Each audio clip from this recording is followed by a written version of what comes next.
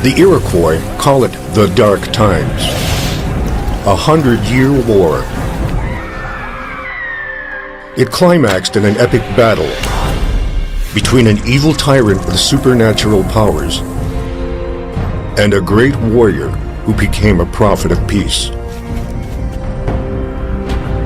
This is the history of America as you've never seen it before.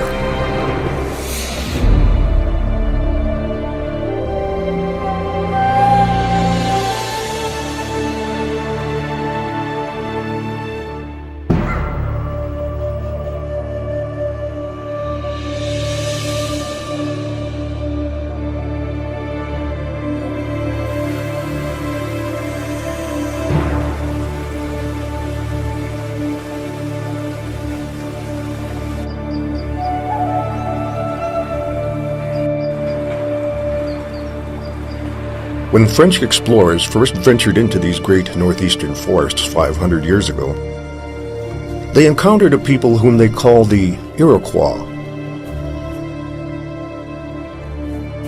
They ruled a vast territory in what is now New York State, Ontario, and Quebec. The French were impressed by the physical prowess of these giants of the forest. What they didn't realize was that the Iroquois system of government was extremely sophisticated and far more democratic than their own. But the path to peace and democracy was long and often bloody.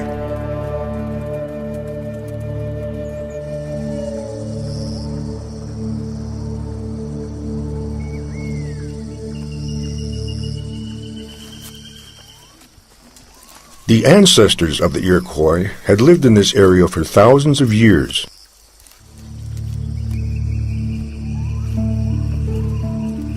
At first, they were hunter-gatherers. When food was plentiful, times were good.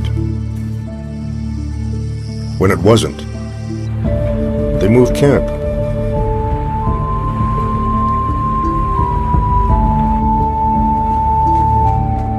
Then about 1,000 years ago, archaeological evidence indicates they began to cultivate the land and form villages.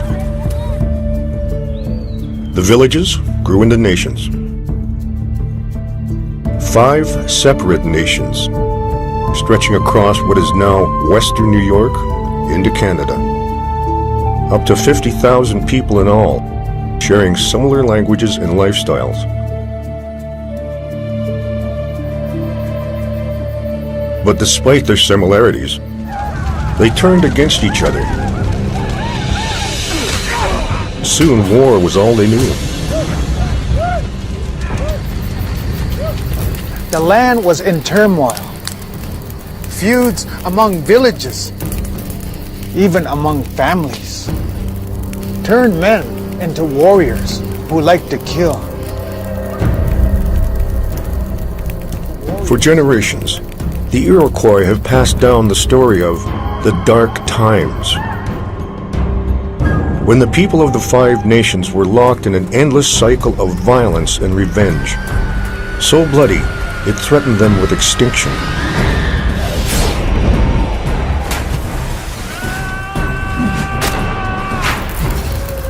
Everywhere there was peril. In cultures with oral traditions, the line between legend and history is often blurred. Yet in recent years, much of this story has been verified by historians and archaeologists.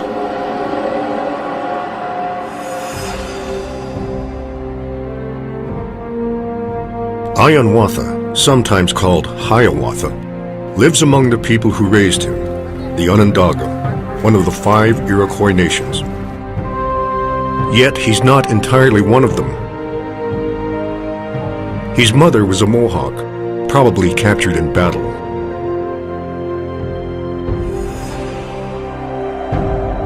Since boyhood, Hiawatha has had to prove himself. He has become a leader of the Onondaga, a great warrior.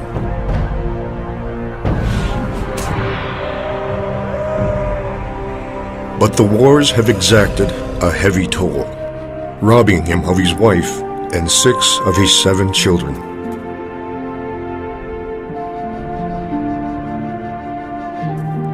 Yet he must fight on.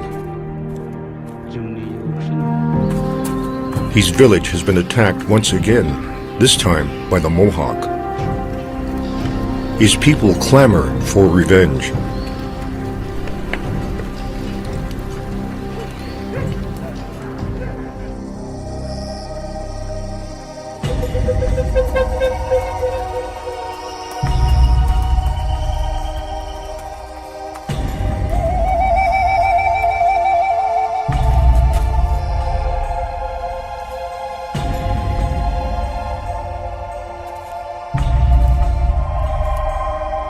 Hiawatha leads his men east.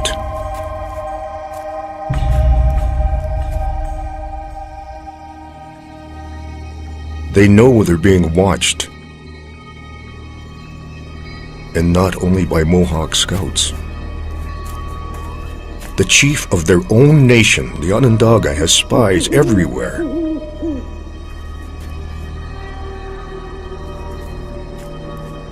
Some take human form. Others are shadowy creatures of the forest, especially the owl, the Iroquois omen of death.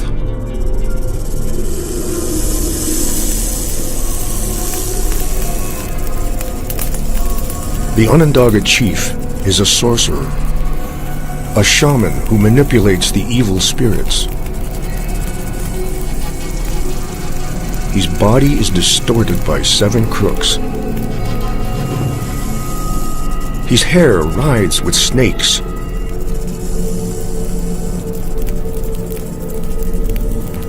He feeds on human flesh.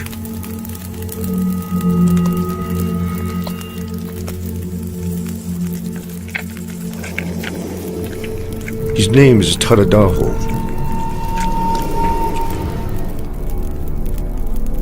He lives in isolation, far apart from his people who fear him. Though the Onondaga have other chiefs, Tadadaho holds supreme power. To him, Hiawatha and the warriors are pawns in a game. Tadadaho relishes bloodshed. War feeds his power. As long as the chaos continues, his reign is secure.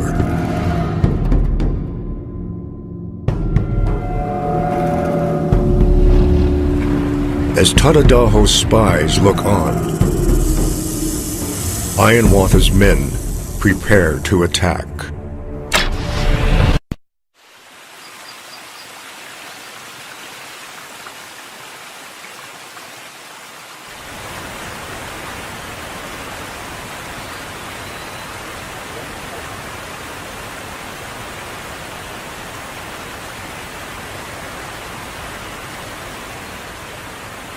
The Mohawk often come to this river to fish.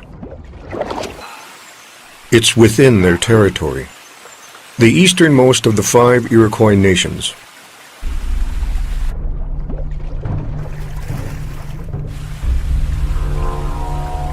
But even here, they are not safe. The Iroquois are locked in a 100-year war, a civil war.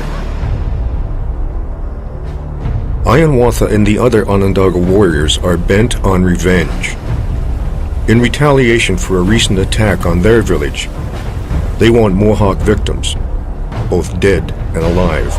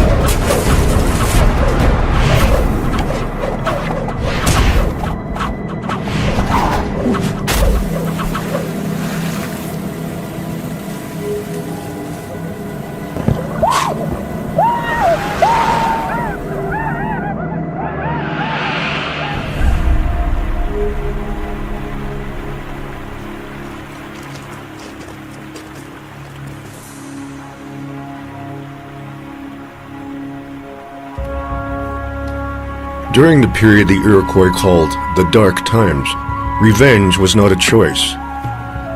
It was fundamental to their belief system, the way they honored and mourned their dead.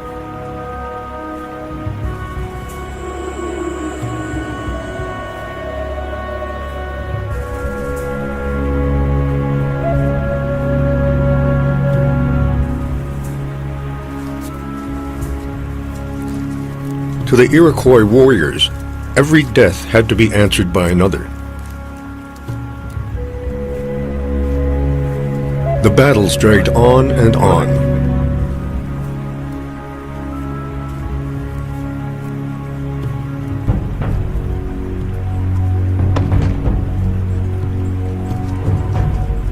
The only alternative to revenge killing was the taking of captives. A healthy captive of the same sex could serve as a replacement for a person lost in a previous battle. But transporting captives was risky. If they loosened their bindings and escaped, they could gather others to pursue the raiders. The Iroquois bound their captives carefully with hemp ropes, the same substance they used to carry burdens. This was also a symbolic act, a way of conveying possession to their enemies.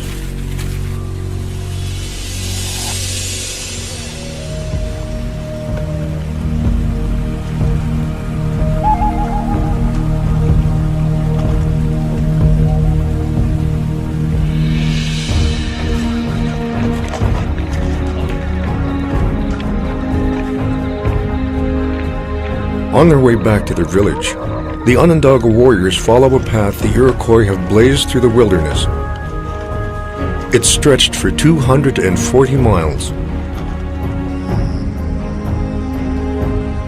Today, this route is a highway that runs between Albany and Buffalo. But 1,000 years ago, the warriors ran these miles, forcing their captives to keep up. Along the way, they boasted of the size of their victories in pictographs.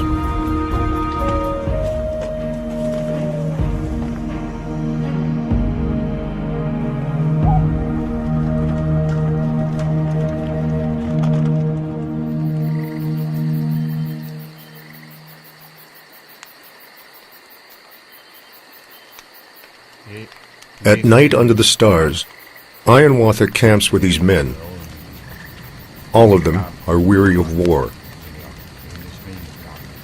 The legend says that Ironwater longs for a better life for his people, but can see no way out.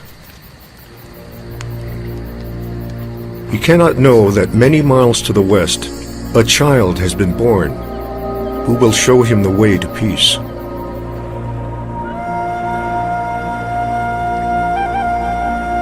Far to the northwest, in the land of the Huron, a virgin girl gives birth to a baby. She and all the Huron in their village realize the child is blessed and was put on earth for a reason. They call the baby Skenalahawe, but in time he would come to be known as the Peacemaker.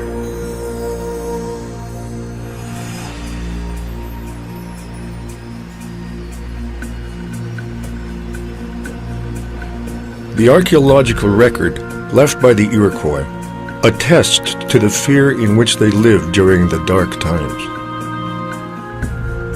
Towering stockades surrounded their villages. The only way in was through long corridors designed to confuse and slow attackers. Inside the stockade, each clan lived in one or more longhouses. A clan was made up of many families, related through a common female ancestor. In Iroquois society, women enjoyed power and freedoms that would not be experienced in Western cultures for hundreds of years. As time went on, The oldest and most respected woman in each house became known as the clan mother. These female elders presided over village life. They appointed the male council chiefs and could also remove them from office for poor performance or abuses of power.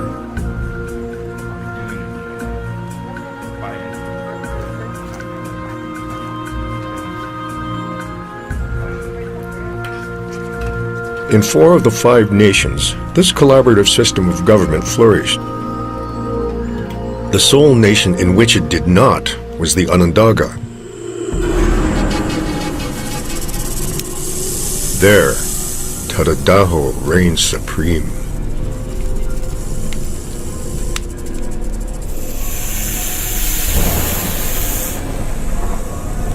There is only one person he allows close to him, an evil seductress named Chikansase.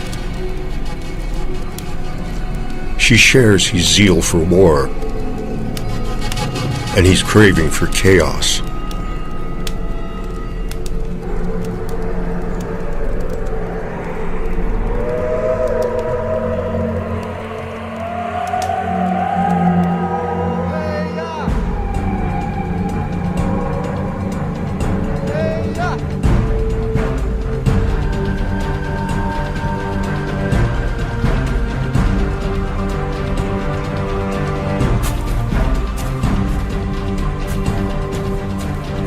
The whole village turns out to greet Ironwatha and the victorious warriors.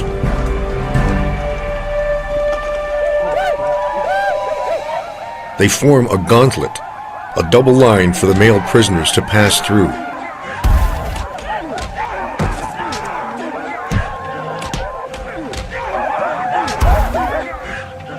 A female elder presides. She is looking for replacements for her dead sons. The gauntlet is a test. It reveals which captives are strong.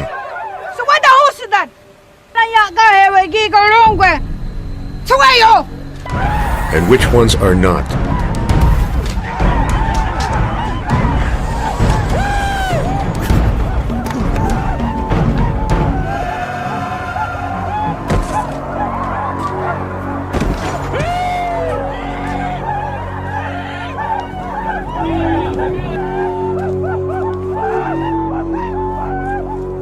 Ironwatha has lost his stomach for the violence. His daughter is the only one who still brings him joy.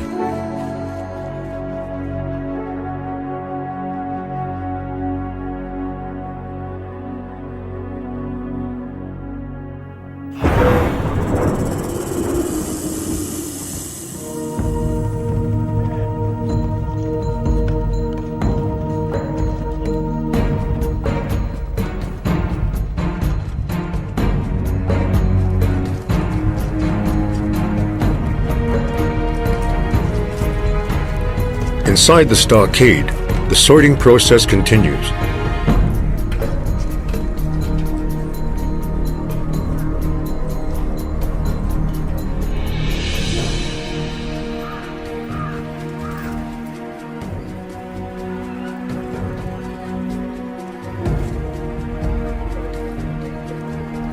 The Mohawk women and children find a ready home.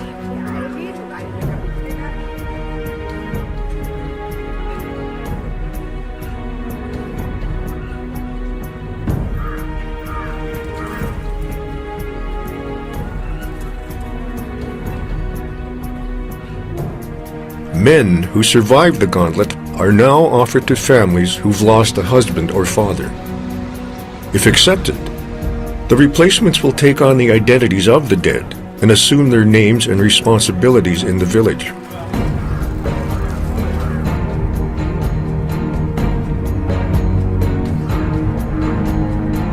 But those whom the elders reject face a very different fate.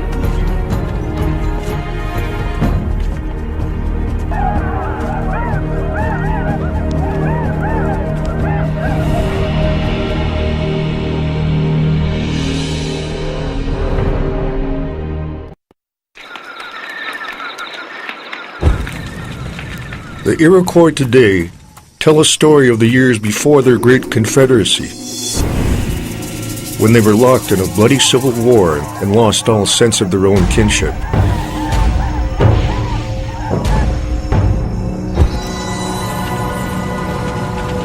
In those days, life was valued as nothing.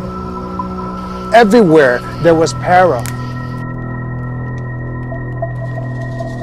Here again, the archaeological evidence agrees with oral history.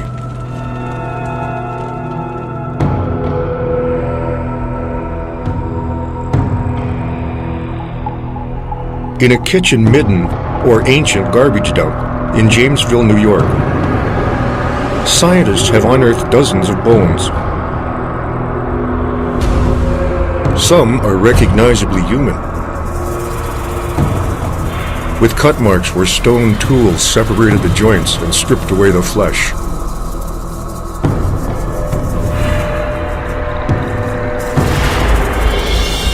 100 miles away, archaeologists found two skeletons with their arms, hands, and feet severed. One is also missing its head. Flint arrowheads are deeply embedded in the bones. The broken points suggest the arrows were shot at close range.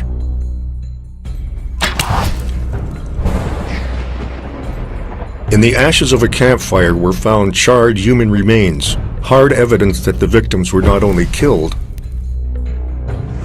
but cooked and eaten.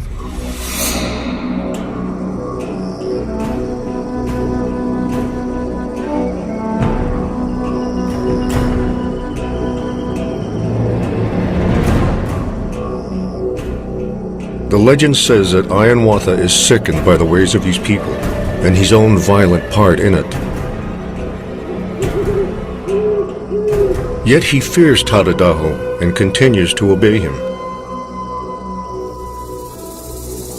Sensing he is losing Hiawatha's loyalty, the evil tyrant and his supernatural agents monitor his every move.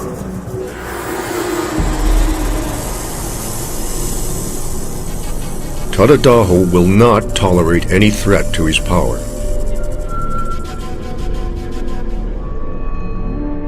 Finally, Hiawatha begins to think the unthinkable. Could he bring down this brutal man who cares nothing for his own people? Tadadaho's powers are extraordinary. No one has ever dared to defy him.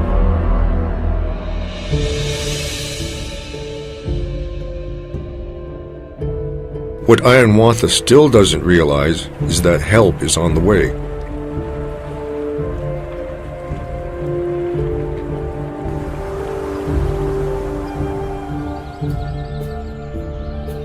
In his Huron village, the young peacemaker grows tall and straight. Even as a boy, he's revered for his leadership skills and powers of persuasion.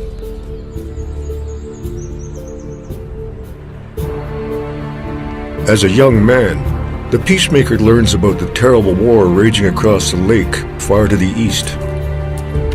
He realizes he has a divine mission to intercede.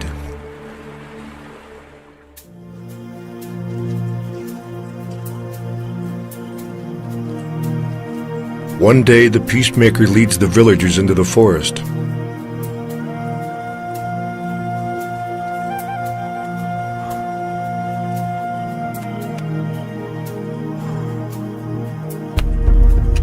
He hacks off the bark of a maple tree and asks his people to taste the sap. If it is sweet, he says, peace will come. But if it turns bitter and runs red like blood, that will mean the peacemaker's luck has run out and the evil one has destroyed him.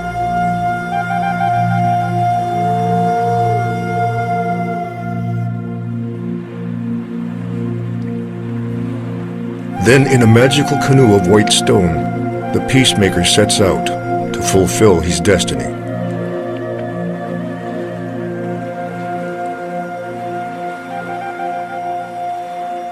As the peacemaker paddles east, Ayanwantha grows stronger in his resolve to remove Tadadaho from power. He too has recognized his destiny.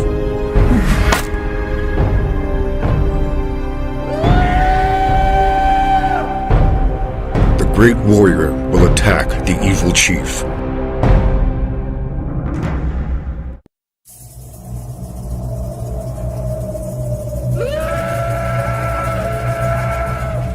Under cover of darkness, Ayanwantha and the Onondaga warriors prepare to attack the remote longhouse of Tadadaho to overthrow their evil ruler. Their task is formidable, but the men are determined.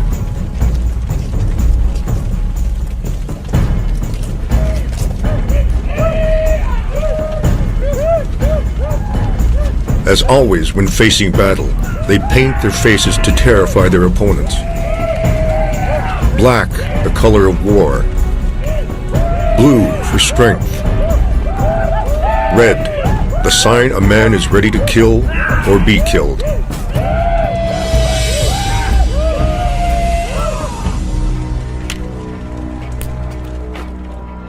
Their weapons are sharp and ready.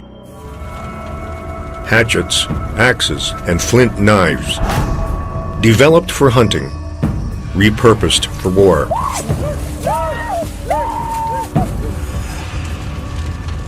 Their bows and arrows are state-of-the-art. Unique spiral fletching makes the arrow spin. This stabilizes flight and increases accuracy.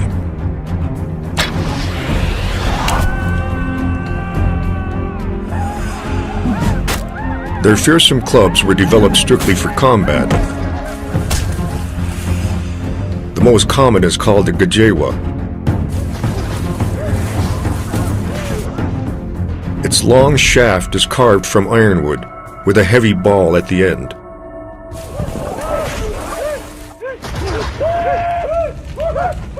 What the warriors don't realize is that these weapons will be useless against the supernatural forces of Tadadaho.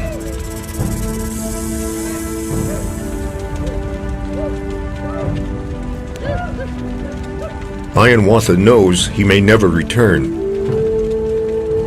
but it's a risk he must take to try to save his people.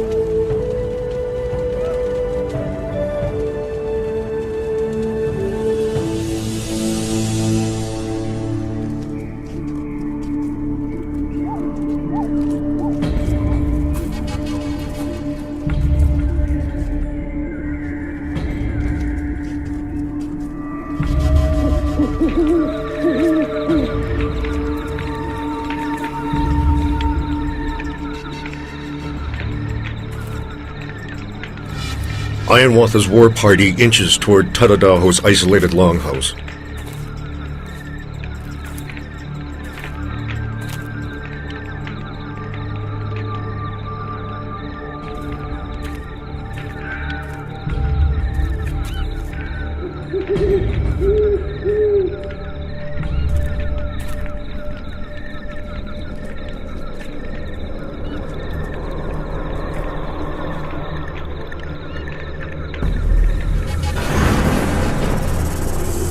The evil shaman is ready for them. Tadadaho uses all the dark creatures of the forest to fight the forces of good.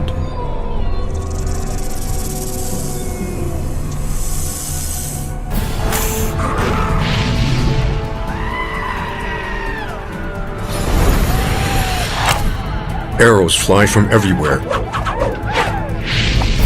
yet there are no archers.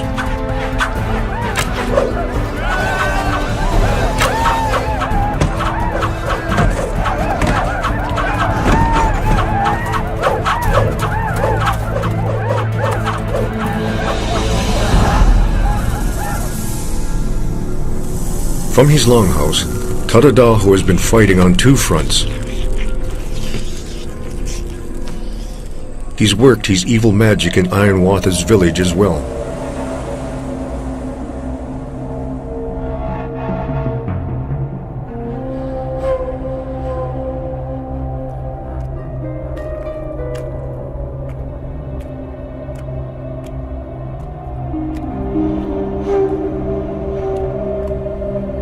tyrant has spared Hiawatha,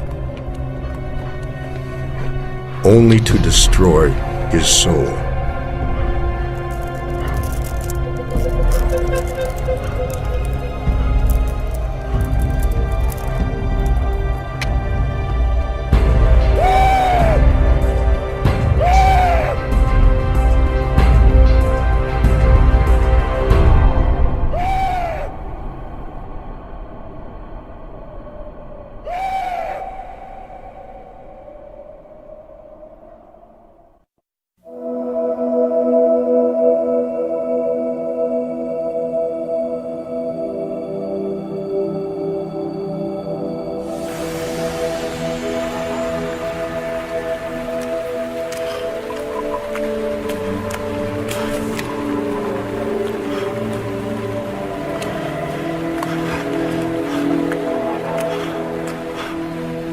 The great Iroquois leader, Hiawatha, has been defeated in battle.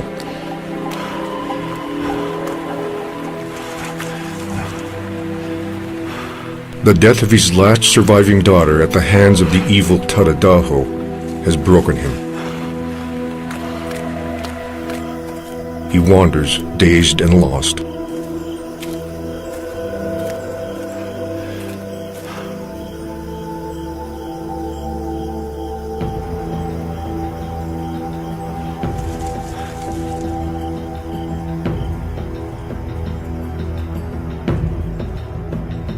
But the peacemaker draws closer every day.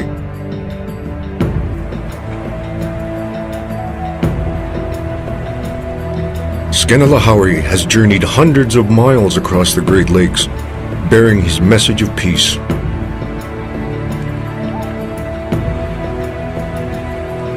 There are many versions of what happens next.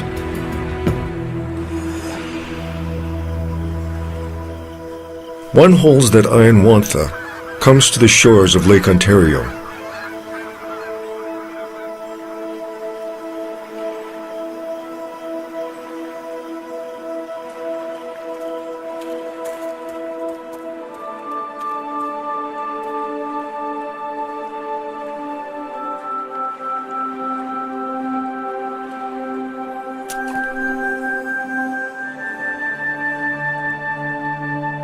He finds shells, which remind him of his daughter's necklace.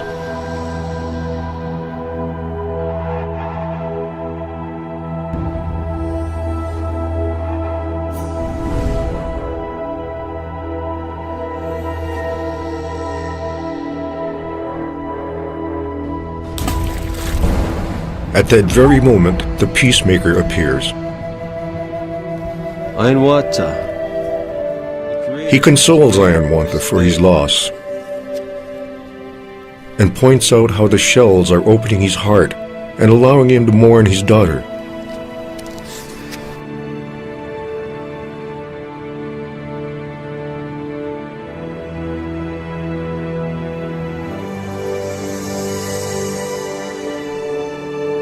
Skenalahauri teaches Hiawatha that shells like these, when strung together, are called wampum. They offer an alternative to the endless quest for vengeance, a better way for the Iroquois to honor their dead. Hiawatha feels the power of the wampum. The rage and hate that fueled his days as a warrior vanish.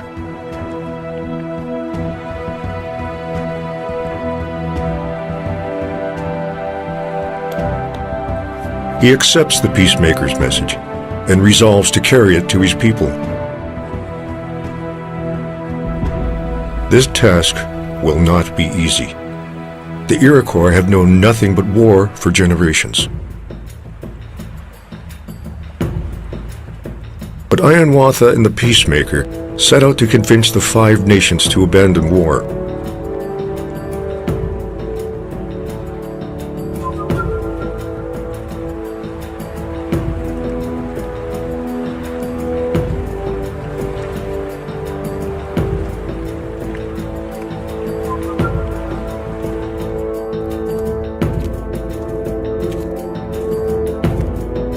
Their first stop, is the land of the Mohawk. Not surprisingly, they are met with suspicion. In many versions of this story, Ayanwantha is cruelly tortured. Jaleo Anadagahaga. Jaleo.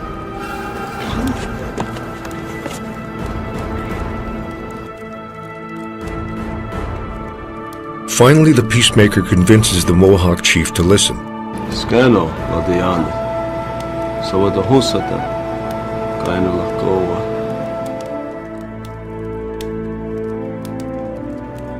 The chief agrees to support their cause, but only if the other nations will take up the challenge too.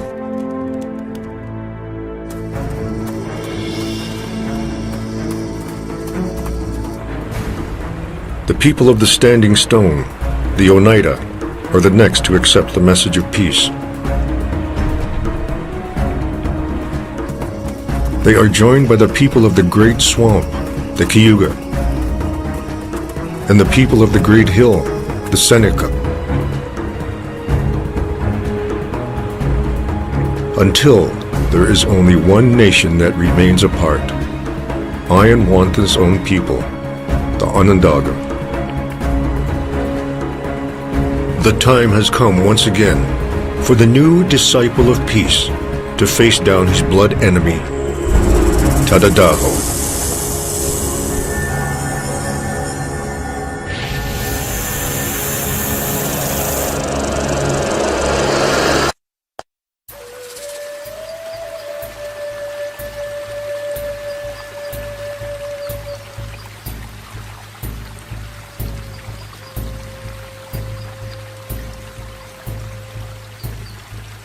The warrior Ayanwantha is now a man of peace. He is ready to confront Tadadaho, the Onondaga tyrant who has terrorized his people. Ayanwantha has won the support of the rest of the chiefs and all the female elders of the 5 nations. Even Tadadaho's evil ally, Jigansase, has repented her ways and joined the procession.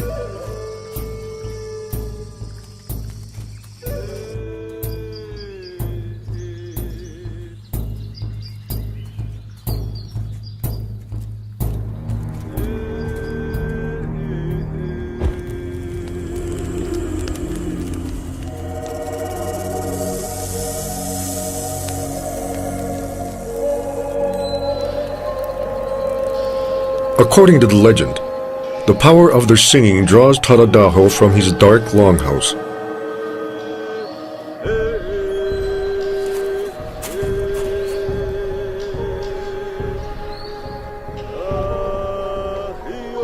At first, the evil tyrant mocks them.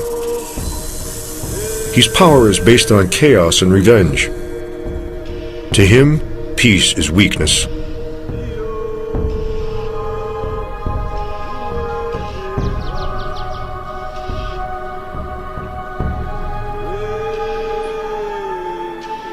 And then something happens that even Tadadaho cannot ignore. Another coincidence of history and legend.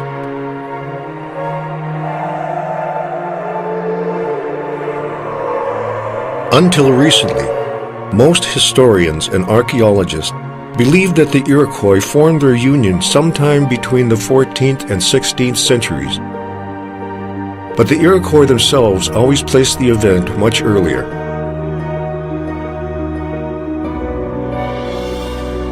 Only one astronomical event agrees with both oral history and scientific evidence. On August 31st, 1142, a great eclipse blocked out the sun for a dramatic 3.5 minutes.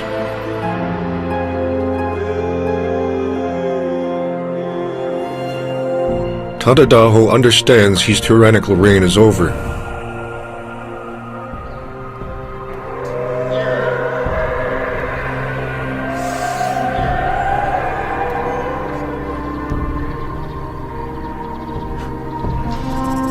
Ayanwantha and Chikansase comb the snakes from his hair as he relinquishes his powers.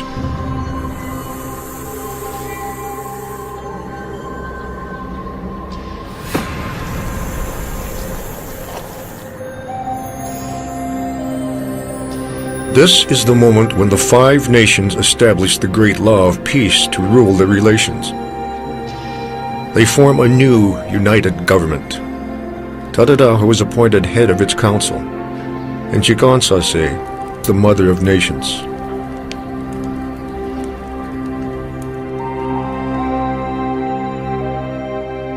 The transformation of the five nations into the Iroquois Confederacy is immortalized in a wampum belt. At its center is a white pine tree, symbolizing the unity of the Iroquois nation. To this day, it is known as Ironwatha's Belt.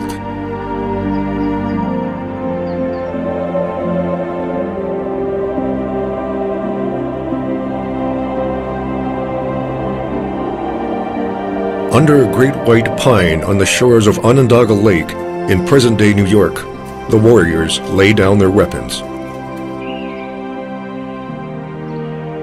They bury the hatchet, a phrase that lives on today.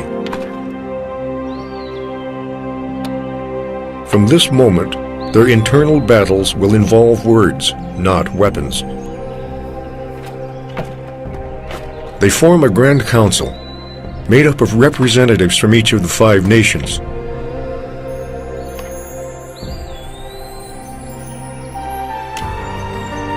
This idea of proportional representation would inspire another set of nation builders 700 years later. The Founding Fathers embraced this idea when writing the Constitution of the United States.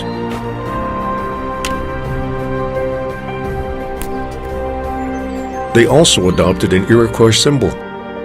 In the words of the peacemaker, one arrow is like a single nation or state, easily broken. But a union is unbreakable. The image of an eagle holding a bundle of arrows is central to the Great Seal of the United States.